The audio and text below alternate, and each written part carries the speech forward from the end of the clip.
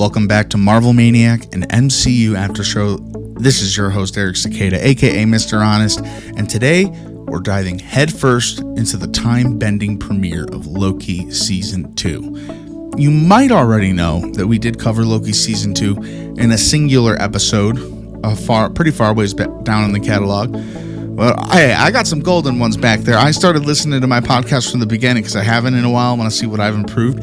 I gotta say, I'm proud of some of my earlier episodes. I have improved a lot, but it is a total binge watch opportunity to anyone looking for something to do on their walks or at the gym or, whatever everyone does with podcasts. But as I was saying, I missed the coverage of episode by episode for Loki Season 2 because the podcast wasn't active at that time. That being said, this show is important, and I'd say it's the most important show to the multiverse saga in terms of going into Avengers, Doomsday, and Secret Wars. This show does a lot to set up Kang, and I may tell you somewhere along the line that I already have a theory that Kang will return and show up, just so that post-credit scene of Quantum Mania with all the Kangs, just so that pays off in the slightest, because we don't want too many forgotten post-credit scenes, even though there's quite a few.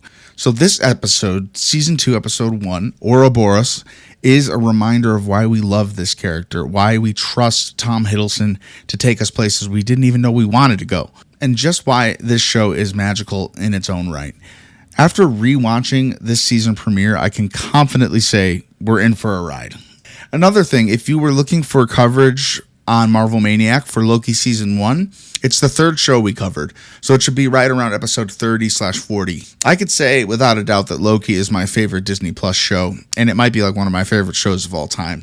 Seasons 1 and 2, I think I heard Ryan Ario of Screen Crush mention this, that seasons 1 and 2, if it wasn't Colton Ogburn, who are both great guys, Ryan, go check out our episode 100 if you haven't. It's me talking to Ryan Ario of Screen Crush about Thanos. I fan out. He gives me some of his takes. One of our best episodes in our big catalog, ever expanding. Remember to subscribe and leave a nice review or anything you could do to help the show. It means the world.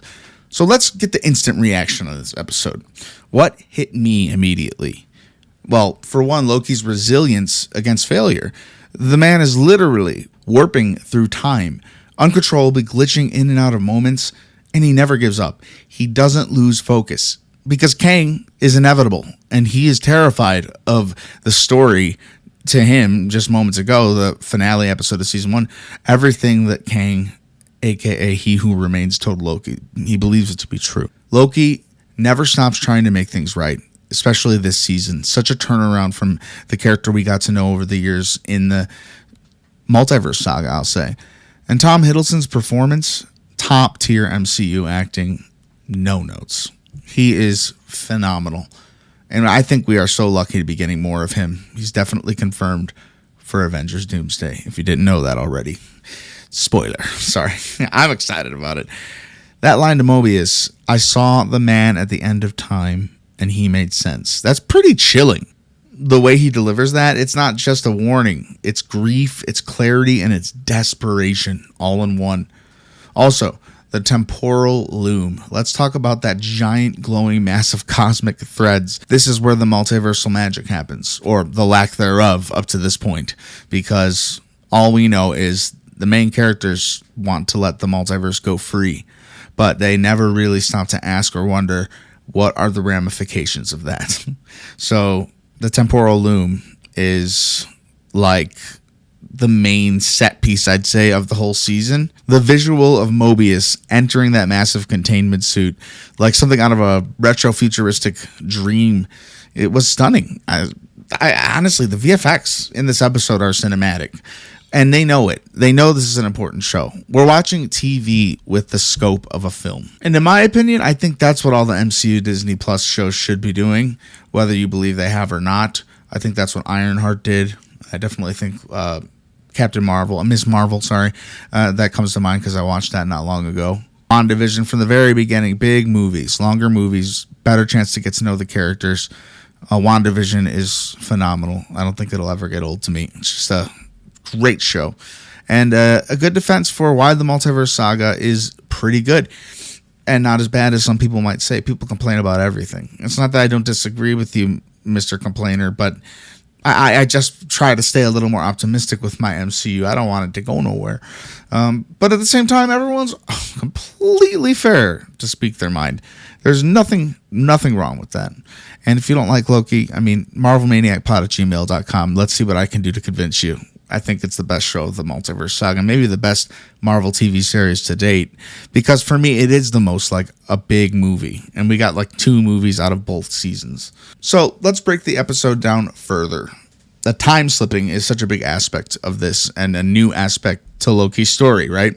We open with Loki bursting through time. And unlike Spider-Verse or other multiverse chaos, this isn't flashy for flashy's sake. It's personal. It sets the tone. And this season is all about identity, persistence, and maybe even atonement. Enter Ouroboros. Ouroboros. OB. He is the main character that's added this season that adds so much life to the cast, in my opinion. I love this guy. Ki Hui Kwan. I know I said that wrong. Bless his soul. He joins the MCU. And just what a perfect fit. Obi, he's brilliant, hilarious, and somehow instantly feels like he's always belonged in the TVA. He breaks exposition down in a way that's not only palatable, but fun. The device he uses to stabilize Loki, absolute chaos science. And it works at the last possible minute. I mean, we're talking like milliseconds here. It worked just in time. And we got to see that thanks to Loki pruning himself, how and why and what and who. And I know it gets explained most likely later during the season. I'm trying to go in this with fresh eyes. So I'll be watching and talking about each episode for these next 5, including 6, including this one, as if I haven't seen the rest of the show. I want this to be a entry point to the show if you want an after show while you're watching Loki. But if I can go full honesty on something right now, on first watch, I thought OB might secretly be working with He Who Remains. He was just too helpful, too sweet, and it gave me kind of like a villain in plain sight kind of vibe. But the one spoiler I'll tell you now is that I've seen the full season, and I know that suspicion doesn't pay out. And I'm kind of glad, because I feel like if I thought that, I would have been talking about it like every episode. I think I really would have leaned in on that theory. I'm really glad. Obi is just a genuine guy in a broken system. Literally, Mobius was the last guy to see him hundreds of years ago when we meet him. Obi is literally working through time and space. I wonder if, as you get older in real life, time moves faster. If you're at the TVA for over 1,000-something years, I mean, maybe a year feels like an hour. I don't know. Nobody really knows firsthand. TVA world building in this episode, a lot more of the crevices and cracks of the TVA, the foundation with the loom. We get to see a lot more of the TVA, and we get a little more of that this season as well. Here's something I can't stop thinking about, though. What do regular citizens of the TVA do? Like the lady whose truck Loki fell in at the beginning of the episode, who, let's just say, Loki jumps out of a window, lands in this truck, freaks this lady out. The lady damages the face of the king statue. She crashes into the TVA right in front of the one character. I forget his name, the guy who has headphones on, and I forget his name, but he's a decently sized part of this season. But anyway, Loki crashes the car into the building, and then it falls off, and I'm like, oh, that woman was still in there. But if you look in the background, anyone who was concerned for her, you could see the car come back up and go into traffic. It's just like burning, or it has smoke coming out of it. So Loki didn't kill anyone by accident, thank God. He's not that Loki anymore. He's moved on.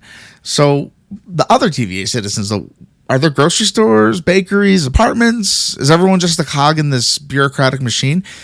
The show never really tells us, and maybe that's the point. I just curious, and I want to know what life looks like outside of the job at the TVA. Let's not forget, 10 minutes into this episode, the dynamic between Mobius and Loki. Owen Wilson continues to deliver understated gold. Mobius has this way of making the absurd feel grounded. And the way he trusts Loki, even when he doesn't fully understand him, it creates a chemistry that's unlike anything else in the MCU. There's so much weight in their shared glances, their humor, and their grief. This episode reminded me how much I miss them together and how I just wish we could have more of that. Mobius saved Loki in season 1, and Loki was pretty much a prisoner until like the very end, and they grew a bond even through that. And what I loved about the first season is that bond. Even in a show where the focus is the multiverse and the twisty turns of it and laying down foundation for the whole saga, which is very complex, through all that noise, we get a true friendship dynamic. And at the end of the day, it's all about these people who are affected by the loom and the things that they're doing and going to have to do as like a team. Now, let's talk about MCU impact and predictions. For example, the impact that this entire series of Loki has is it created the multiverse. You can put this maybe even like at the beginning of like right after Endgame and watch these 2 seasons, and it would be the foundation really for what the rest of the multiverse has grown on. It changes everything, but we get to see it at a front row from a front row seat. So where are we heading this season? The loom is very unstable, and we know the timelines are branching, and the entire TVA structure is on the brink of collapse. We've met OB, a new wild card who could either save the day or accidentally unravel it all. He does talk about people going into black holes, turning into spaghetti, and there might be some weight to that. And Loki, he's not just trying to stop Kang, he's trying to stop his worst fear, that it might all be pointless. There's also a lot of subtle foreshadowing in this premiere that pays off later in this season, and I won't spoil it here, but if you're rewatching like me, you'll start to see some of those threads, and it makes the whole ride even more rewarding. Also, let's be real, this season is setting us up for major multiverse moves, heading on to the Avengers, Doomsday, and Secret Wars, and maybe even a third movie aside from that. However long they decide that story needs to be told. And there's no Kang Dynasty anymore. That was a thing of the past. It would have came out by now if everything was going according to plan. But what is life without a few twists and turns? And personally, if you ask me, I think the Jonathan Majors controversy is already pretty well behind us. They were already talking about Dr. Doom apparently before Jonathan Majors made his mistake. And I will say this, since he's in Clearwater, I think we are going to get a cameo. I think we're going to see that Council of Kangs, and I want to see that pay off a little bit with Dr. Doom. Or they can even go a step further and bring him in as like Dr. Doom's second in command, and he's like, you know, still a huge important part of the saga. There's no telling what Joe and Anthony Russo plus Kevin Feige are cooking up over there with Robert Downey Jr. They're going to throw us some twists, some turns, some surprises, and a whole lot of nostalgia. So I do have faith that this will all pay off. We'll talk a little bit more about that maybe at the end of the Loki series when the story's fully told, or at least most of it, as we know so far. I don't know about season 3. There might not be even able to be a season 3, but anyway, foreshadowing is fun, and I like where the show goes. I think we're going to have a lot of fun talking about this the next few weeks. All right, listener feedback. We don't have much, but I did get some feedback from our exclusive hero Patreon, Michael Finney. He told me he enjoyed the shorter episode format from earlier episodes. And Michael, thank you for letting me know, because I honestly had this realization that the show doesn't need to be an hour long for it to be worthy and listened to. So we try and keep things a little more organized these days, try and stay way more on point, and I want the episodes to respect your time and mine. So thank you, Michael Finney, for that wonderful note. If you want to be a part of our Patreon and go up on our wall of heroes, a side mic, support the show at patreon.com/MarvelManiac. That's patreon.com/MarvelManiac, where you'll get a mini-sode every Saturday at 5 a.m. We're just changing the time on that because another self-promotion, my newest podcast, Magic Muggle, a Harry Potter after show. Yes, this is a plug of my own. I've been planning and working on this for a few months, and I finally released the first 2 episodes today. Every Saturday, 10 a.m. Central Time, we release a new episode of Magic Muggle, a Harry Potter after show, and we go chapter to chapter through the books, leading to the HBO series next year or early 2 years from now, whenever it comes out. And if you like Harry Potter, you'll love it. It's a very similar format to Marvel Maniac, and I'm very passionate about it. That's all I'll say here. Go find the beautiful artwork and subscribe. You won't regret it. Even if you're a quiet fan, thank you for being here. I know what it's like to feel like you're the only one tuning in, but I believe in this show, this podcast, this moment we're sharing.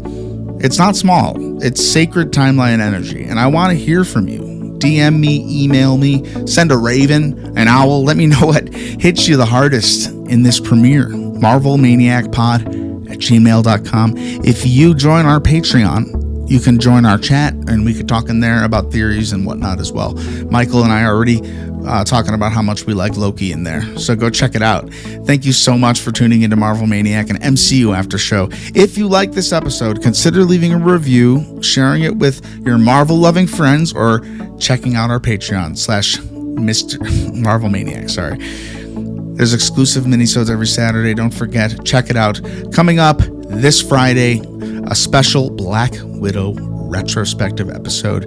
It's been about 4 years since Natasha's solo film, maybe even longer now, and I think it deserves a new lens now that we know Yelena so much better, and the fact that I covered it on a theater night, and since then I've decided anything I cover, opening night, I want to come back and cover when I have access to it on Disney Plus, so I could do like a deeper dive. And another look at this movie is going to be a lot of fun. I loved the movie when I saw it. I've even watched it once or twice since, and it's going to be great to revisit it with you guys. This Friday, 5 a.m. Central, we release all Marvel Maniac. Don't forget to check out Magic Muggle, a Harry Potter after show, wherever you get your podcast, and leave us feedback at MarvelManiacPod@gmail.com. Sorry for the repetition. There's a lot of stuff going on. I got a lot of kegs on the fire, so sorry for rambling a little bit on that. I can't wait to see you on Friday, and until next time, time travelers, stay sacred and stay a maniac. Avengers, disassemble.